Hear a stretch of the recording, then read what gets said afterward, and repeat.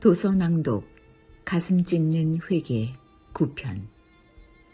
나는 위선적인 선교사였다. 허 선교사가 폐암 수술을 받고 내게 이렇게 제안했다. 이제 좀 쉬고 싶으니 사역을 좀 줄이면 어떻겠냐고. 이미 우리 사역은 동역하는 선교사에 비해 일이 너무 많았다. 65명이 공동생활을 하는 신학교 운영, 내가 목회하는 제1교회와 개척교회, 교회 내 진료원과 병원선 의료사역 등이 그것이다. 나는 사역을 시작하기 전에 오랫동안 기도하고 연구하며 결정했다. 사역 결정에서 삼위일체의 원칙을 따졌는데 현지의 필요, 선교 동역자들의 이해와 협력 가능성, 우리 선교회의 준비가 그것으로 이 세 가지 조건이 만족할 때 사역을 결정했다. 오랜 기도와 세심한 연구 끝에 하나님께서 원하신다는 허락이 떨어졌을 때 어떤 일이든 시작했다. 때로 너무 오래 기도하다가 기회를 놓치기도 했다.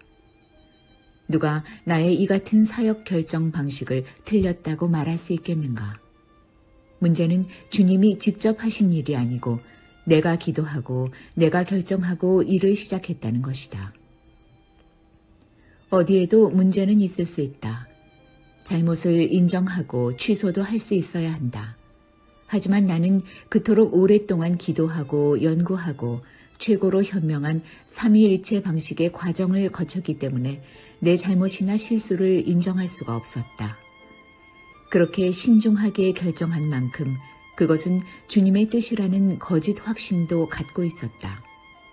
결국 내가 선교의 주체였던 것이다. 나는 완벽주의자로 살았다. 약속한 것은 반드시 지키고 비록 내가 손해보더라도 신뢰를 저버리지 않았다. 그것이 주님보다 더 중요했다. 다른 사람이 더 중요했고 주님은 다음이었다. 사람 눈치를 많이 보았다는 말이다. 이제 좀 쉬고 싶으니 사역을 좀 줄이면 어떻겠냐는 허 선교사의 제안을 나는 받아들이지 않았다. 이것이 가슴속에 깊은 회한으로 남아 나를 두고두고 통곡하게 한다. 사역을 줄이기는커녕 오히려 나는 산타 이사베우와 바르셀로에 교회를 개척했다. 굳이 변명을 한다면 선교 사역은 교회가 자동적으로 성장하듯이 자동적으로 커질 수밖에 없다. 그런데 그 뒤에 숨은 진실은 무엇인가? 내가 오랫동안 기도하고 연구한 뒤 시작한 사역인 만큼 그것은 하나님의 뜻이라는 확신이었다. 나의 확신을 하나님의 확신으로 착각한 것이다. 선교사로서 나는 선교 보고를 할 기회가 아주 많았다. 그런데 돌아보니 하나같이 위선적이었다. 왜 위선적인가? 사람을 기쁘게 하고 그들에게 잘 보이고 싶은 마음으로 선교 보고를 했기 때문이다. 1990년 9월 선교사로 파송되기 전 장신대에서 선교사 훈련을 받았는데 그때 박광자 선교사님이 현지인들의 흉한 부분만 사진으로 촬영해서 본국 교회에 보내지 말라, 선교지의 어려운 면만 부각하지 말라고 가르쳤다. 나는 첫 3년간은 아마존의 경치만 찍었다. 형제들의 모습을 찍지 않았다. 허 선교사가 인디오 형제들을 찍지 않았다면 아마 우리는 선교 보고를 하기 힘들었을 것이다. 나는 또 선교 보고를 할 때 아마존의 삶이 덥고 고생스럽다고 말하지 않으려 애썼다. 내가 잘하고 있다고 말하는 것이 몹시 두려워서 선교 보고가 늘 맹숭맹숭했다. 얼마나 모범적인 선교사인가. 나도 그렇게 생각했다. 그러나 내가 사진을 찍지 않은 일, 아마존의 환경을 말할 때 사실대로 말하지 않은 일, 선교를 잘하고 있음을 드러내려 하지 않은 일, 이 모든 것은 박광자 선교사님의 가르침 때문이 아니었다. 두려움 때문이었다. 사람들에게 자기 자랑을 일삼는 선교사로 인식될까 봐 두려웠다. 그렇게 잘 보이고 싶은 마음이 숨어 있어서 자유함이 없었다. 얼마나 큰 위선인가. 주님이 행하신 일을 잘 설명해야 하는데 주님은 감추고 나를 드러내고 싶어 했다. 그래서 내 선교 보고는 힘도 없고 주님의 은혜도 없었다. 반면 허 선교사의 선교 보고는 힘이 있고 은혜가 있었다. 설교할 때도 마찬가지였다.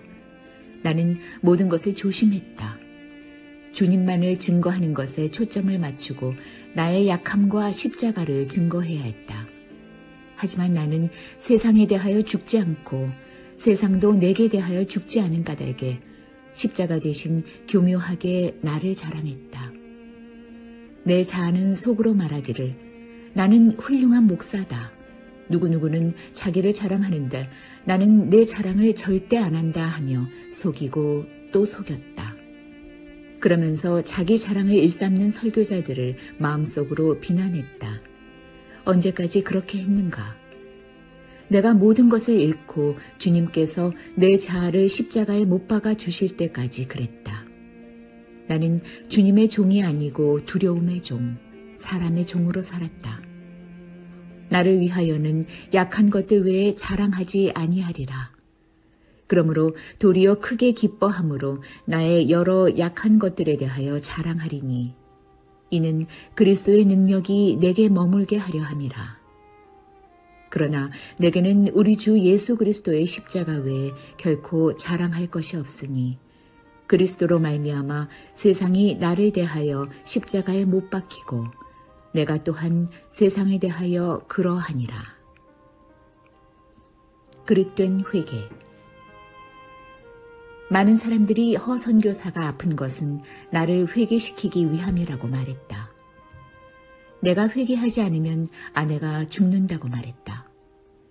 감당하기도 받아들이기도 어려운 말들이었다. 더구나 그 즈음 선교비가 늘 모자라서 전전긍긍하느라 마음을 자주 빼앗겼다. 그래서 더더욱 회개하기를 소원했다. 그런데 나중에 깨닫고 보니 나는 주님을 어르고 달래서 내 소원을 이루고자 하는 목적으로 회개했다. 하나님이 그들을 죽이실 때 그들이 그에게 구하며 돌이켜 하나님을 간절히 찾았고 하나님이 그들의 반석이시며 지존하신 하나님이 그들의 구속자이심을 기억하였도다. 그러나 그들이 입으로 그에게 아첨하며 자기 혀로 그에게 거짓을 말하였으니 이는 하나님께 향하는 그들의 마음이 정함이 없으며 그의 언약에 성실하지 아니하였음이로다. 전에 나는 시편 78편 36절 그들이 입으로 그에게 아첨하며 자기 혀로 그에게 거짓을 말하였으니 라는 구절을 이해할 수 없었다. 어떻게 인간이 주님께 아첨을 하며 거짓을 말할 수 있을까? 그런데 내가 바로 그랬다. 허 선교사가 투병을 하는 동안 내가 한 회개는 사실 내가 이렇게 회개하니 주님이 뜻을 돌이키셔서 살려달라는 아첨이었다. 즉 회개를 통해 나를 변화시키고 주님의 뜻이 이루어지기를 바란 것이 아니라 어떻게든 아내를 살리고 싶은 욕심으로 주님을 이용하려고 했다. 오 나의 하나님, 당신 홀로 순결하시고 능력이 있으십니다. 영혼의 근원 안에 있는 이 사악함을 정결하게 하실 수 있는 분은 오직 당신 한 분뿐이십니다. 하지만 당신은 오직 당신께 자신을 전적으로 내어드린 영혼들 안에서만 그 일을 행하시며 감히 자기 재간으로 정결케 하려는 영혼들 안에서는 그리하지 않으십니다. 오직 하나님만이 우리를 창조하실 수 있었으므로 우리에게서 이기적이고 사악한 본성을 가져가시고 우리를 혁신적으로 정결케 하실 능력을 가지신 분도 하나님 한 분뿐이십니다. 잔느기용의 욥기 중에서 회개는 절대적으로 필요하다. 그런데 자아가 살아있고 목적을 이루기 위해 하는 회개는 주님을 속이는 종교 행위다. 나는 회개했다는 행위로 말미암아 내가 의로워졌다고 오해했다. 율법적이고 자기중심적인 나를 돌이키려 회개했다가 나는 도리어 회개했다는 자랑을 하나 더 달았다. 나는 사꾼 목자였다. 나는 선교의 열매들을 내가 이룬 노력의 결과라고 오해했다. 예배당을 가득 메운 교인들과 규모 있는 사역들, 나한테 세례를 받거나 안수받아 목사가 된 목사들, 이 모두를 자랑스럽게 여겼다. 물론 사람들 앞에서는 지극히 겸손하게 하나님이 모두 하셨다고 고백하고 하나님을 높였다. 그러나 마음 깊은 곳에서는 아마존을 누비고 다닌 나의 수고를 더 높이 여겼다. 하나님의 손과 발이 된 것밖에는 내가 한 일이 없는데도 그렇게 교만했다. 얼마나 큰 일을 했느냐가 중요한 게 아니라 얼마나 주님으로 인해 일했느냐가 중요하다. 주님은 내가 주님으로 인해 일하지 않았음에도 감당할 수 없는 열매를 주셨다. 내 사역 대상인 형제들을 불쌍히 여기셔서 그들을 구원하고 변화시키신 것이다. 그러니 나는 더욱 할 말이 없는데도 사꾼으로 일한 것을 오히려 자랑스럽게 여겼다. 그러면서 모세의 자리에 앉아 다른 선교사들을 비판하고 판단하기에 바빴다. 아내의 폐암이 재발하다. 2010년 4월 10일 마나우스주 법원 판사 앞에 서서 브라질 시민으로서 법을 잘 지키겠다는 선서를 했다.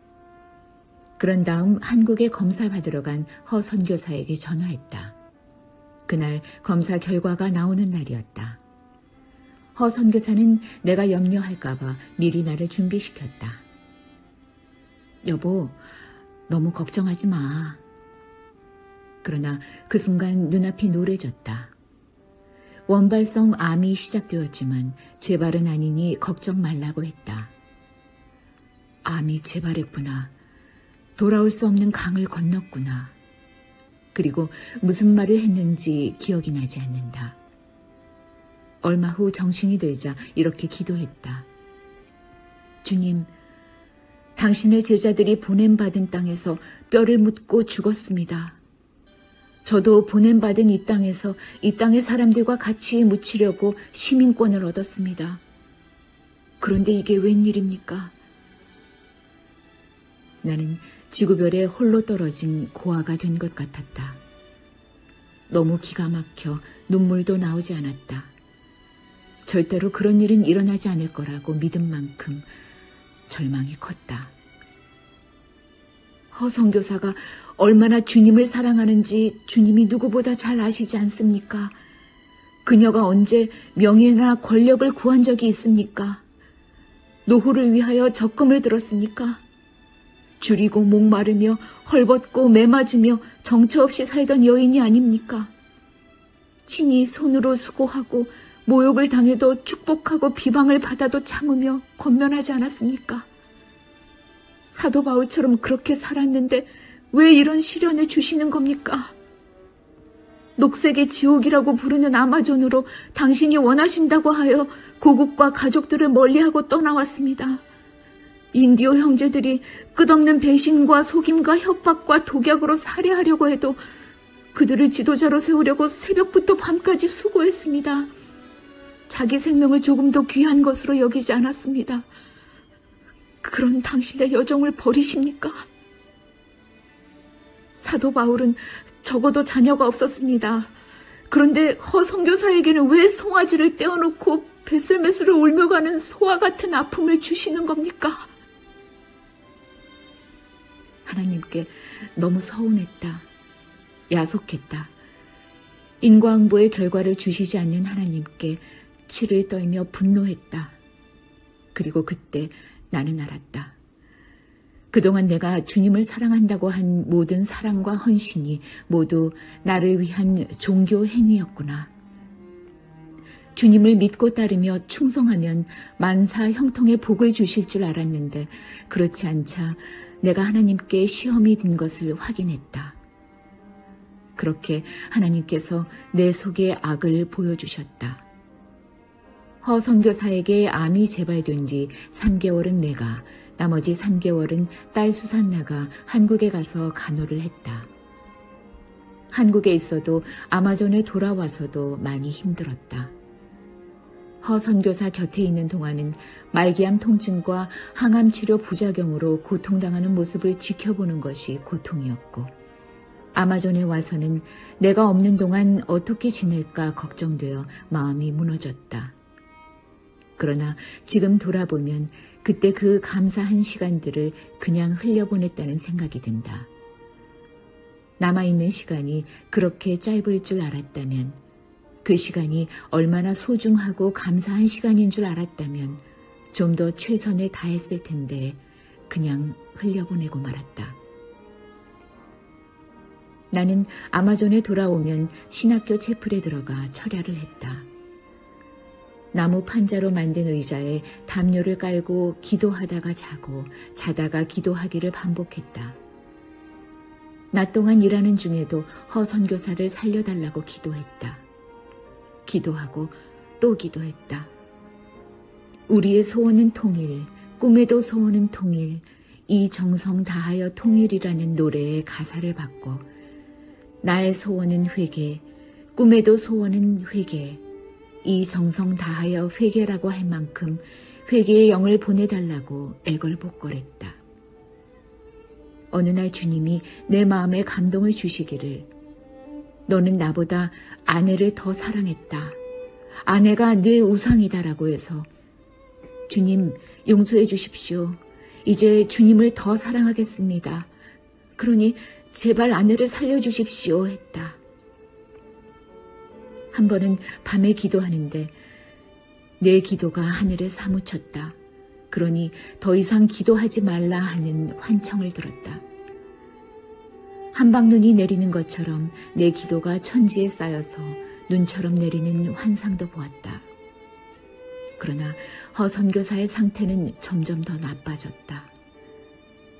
우리가 흔히 자신이 소원하는 것을 이루기 위해 잘못 해석하는 믿음은 바라는 것들의 실상이요 보이지 않는 것들의 증거니 선진들이 이로써 증거를 얻었느니라 하는 말씀이 내게 이루어지기를 간절히 바랬다. 그런데 그때 그렇게 기도하게 하신 주님께 감사한다.